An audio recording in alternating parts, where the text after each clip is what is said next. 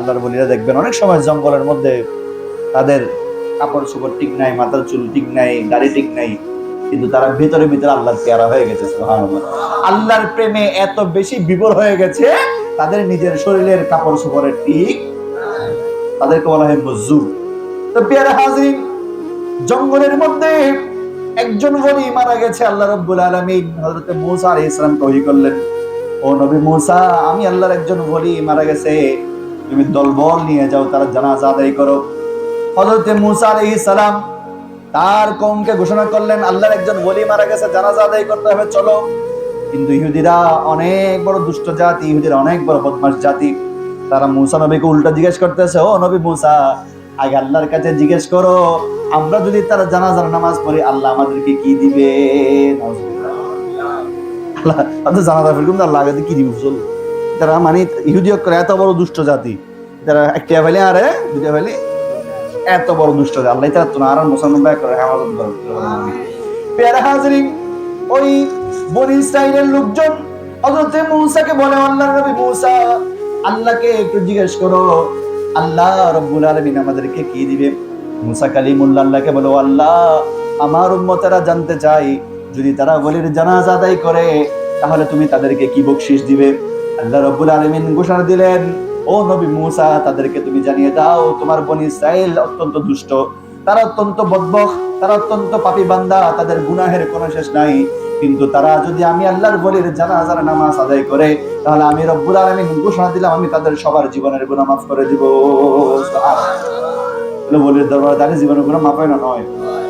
প্রিয় হাজরিন, হযরত মূসা আলাইহিস সালাম বনি ইসরাইলকে ঘোষণা দিলেন। ঘোষণা দেওয়ার পরে তিনি বনি ইসরাইলকে নিয়ে জানাজার নামাজ আদায় করার জন্য চলে গেলেন, জঙ্গলে গেলেন। জঙ্গলে যাওয়ার পরে মূসা আলাইহিস সালাম অবাক হয়ে গেলেন, মূসা আলাইহিস সালাম তাজ্জব হয়ে গেলেন। মূসা আলাইহিস সালাম যখন লাশ দেখলেন, দেখার পর আল্লাহকে বলে, ও আল্লাহ রাব্বুল আলামিন, এটা কেমন তোমার বলি, এটা কেমন তোমার মাহবুব বান্দা?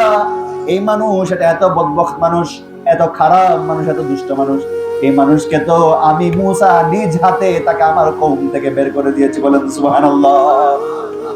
আল্লাহ বের দিলে মানুষ ইবের তাই নিজ হাতে কওম তুমি বের করে দিতে, খারাপ মানুষ অনুভূতি লেগুন্দ বলি।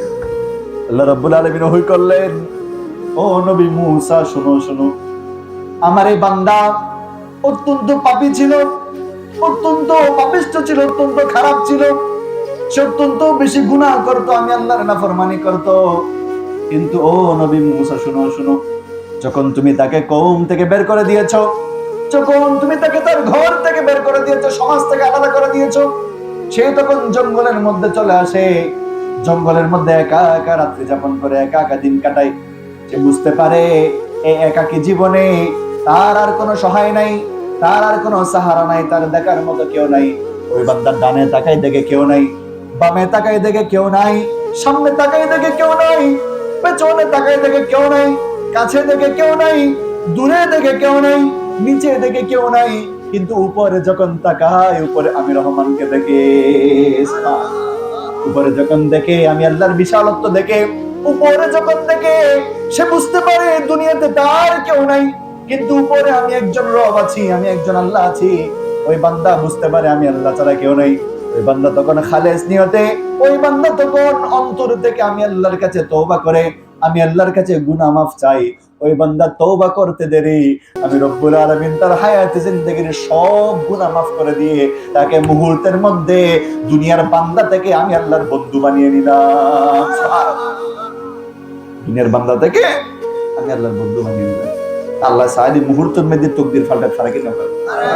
আল্লাহ রাব্বুল আলামিন ঘোষণা দিলেন, ও নবী মূসা, আমার এই বান্দার তওবা আমি আল্লাহ রাব্বুল আলামিন এমন ভাবে কবুল করেছি, তাকে এমন দরজার ওলি বানিয়ে দিয়েছি, ওই ওলির জানাজা যারা আদায় করবে আমি রব্বুল আলামিন তাদের গুনাহ পর্যন্ত মাফ করে দিব।